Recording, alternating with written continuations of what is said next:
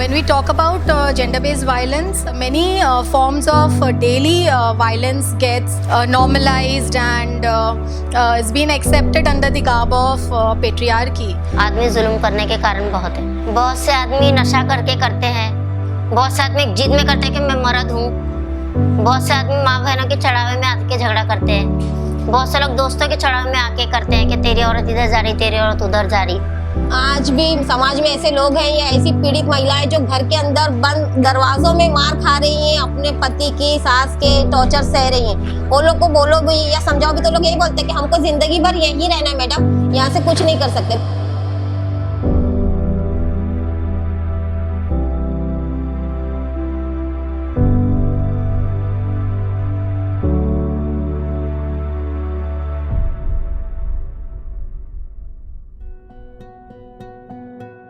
Sneha, through one of its oldest program, Prevention of Violence Against Women and Children program, is gearing towards building a community base. We want to enable our communities where we work to be able to prevent and address gender-based violence. So at the community level, under the model of community stewardship, what we are trying to do is we want to transfer the crisis intervention and counseling competencies to our Sanginis and Mitras, wherein they at least are able to offer immediate crisis intervention and psychosocial support to the survivor.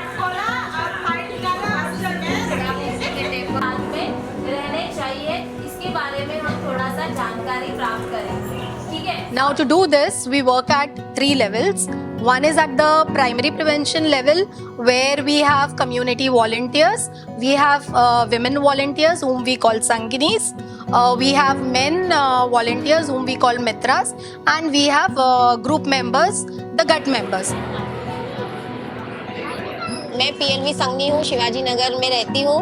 पीएनवी की training मिली है संगनी की और गट की महिलाओं की। गट की महिलाओं में हम लोग को क्या कायदा कानून है, बच्चों का हक क्या है, वायलेंस क्या है, और कितने प्रकार के वायलेंस है वो बताए गए हैं। सरकार हमारे लिए क्या क्या योजना लाती है जो हम तक नहीं पहुंच पाती है, ये हमको गट की मीटिंगों में बताया जाता है। लोगों ने जब काम शुरू किया था वो टाइम में ना इतने ज़्यादा केसेस वगैरह हमारे पास नहीं आते थे, लोग डरते थे। पर अब हम देखें तो हमारे पास, हम मित्रास होके भी हमारे पास केसेस आने लगे।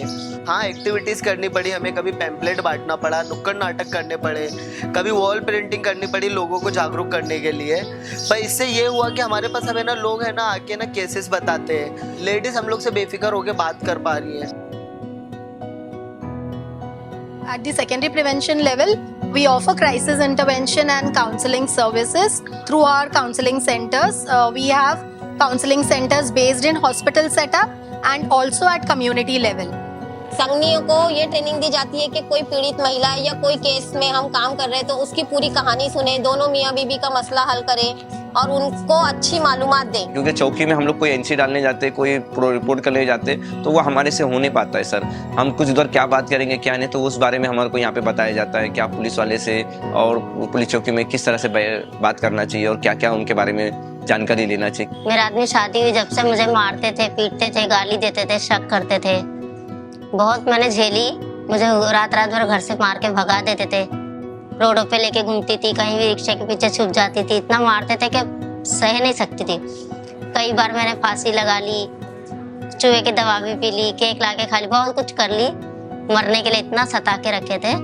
तो मेरे इधर एक औरत स्नेहा से जुड़ी हुई है, उसको मैं बोली कि क्या फायदा तुम लोग रह के आजू बाजू में, मैं इतना तकलीफ झेल रही हूँ करके। मैं रोड पे उसको मिली तो उसने मुझे लेके गई ऑफिस में, स्नेहा के ऑफिस में लाई। तो स्नेहा में मुझे मेरी काउंसलिंग की है पहला। उसके बाद मेरे आदमी को बहुत बार बुलाए, फिर उनको बोले ठीक है ऑफिस में मत आओ, सैन हॉस्पिटल जाओ, हॉस्पिटल में जाके अपना इलाज करो। तब मेरे आदमी हॉस्पिटल मेरे साथ गए, मैं उनको 5 दिन एडमिट की। तो डॉक्टर ने जब रिपोर्ट की है तो बोले इनको सिजोफ्रेनिया हो गया है। वो ऐसी बीमारी है कि जो चीज नहीं होगा। मेरे आदमी का ऐसा कहना था घर भले पूरा खाली है, अगर मैं बोल दिया घर में लोग है मतलब है। दवा चालू होने के बाद में घर पे 15 दिन दवा खाए। उसके बाद आज इतना सही रहते हो कि आज मैं 10 लोगों की मैं खुद मदद करती हूँ। We have volunteers who have intervention in the community, bystander intervention, even accompany the survivors to the police station, to the health setup, to file medico-legal cases.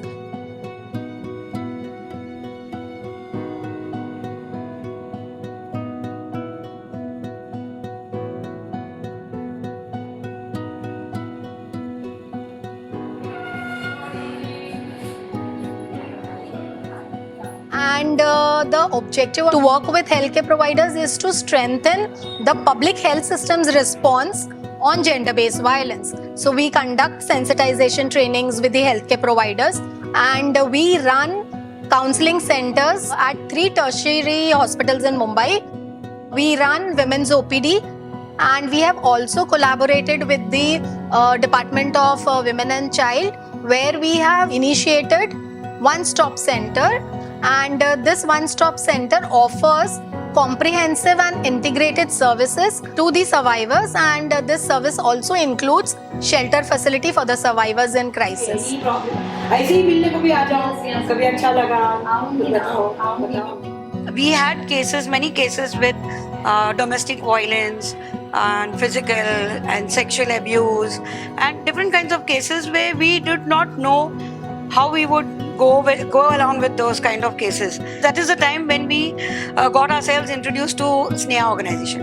In the beginning, they gave us a lot of training, mental stress, stress management, and domestic violence, property laws, and that is how we could guide the patient very well. परेशान करता था पति मेरा, मेरी तो बिल्कुल भी बात नहीं सुनता था। Yes. नहीं तो One case which I remember is a lady who had come for delivery. She delivered 3 female children totally. The third delivery, that was her third delivery, and her husband didn't want the child, but he wanted the wife. We intervened and we asked them to. We asked our organization members to come and speak to them, and they beautifully managed that case. In the end, they counseled him in such a way that in the end the husband took along his wife and the child and went home.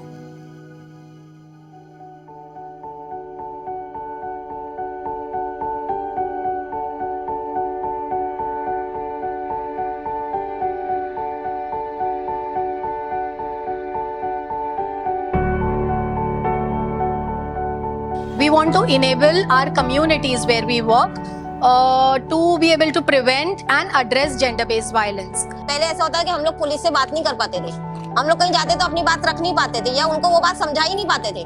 लेकिन इसने हमें training करने से या जुड़ने से इससे मुझे ये मालूम हुआ कि अपने हक के लिए, अपने बारे में और अपने फायदे के लिए हम क्या से क्या कर सकते हैं और इससे दूसरों को भी क्या क्या फायदा हो सकता है। जब मैं ये काम करता हूँ ना, तो मुझे कितने औरतें ही मेरे को शाबाशी देता है, कितनी माँ मेरे को दुआ देता है सर कि बेटा तूने बहुत अच्छा काम किया, क्योंकि मुझे खुद को खुशी होता है। समाज अच्छा जब बनेगा जब एक महिला सशक्त होगी, तो मुझे लगता है कि हाँ हमने कुछ तो किया है।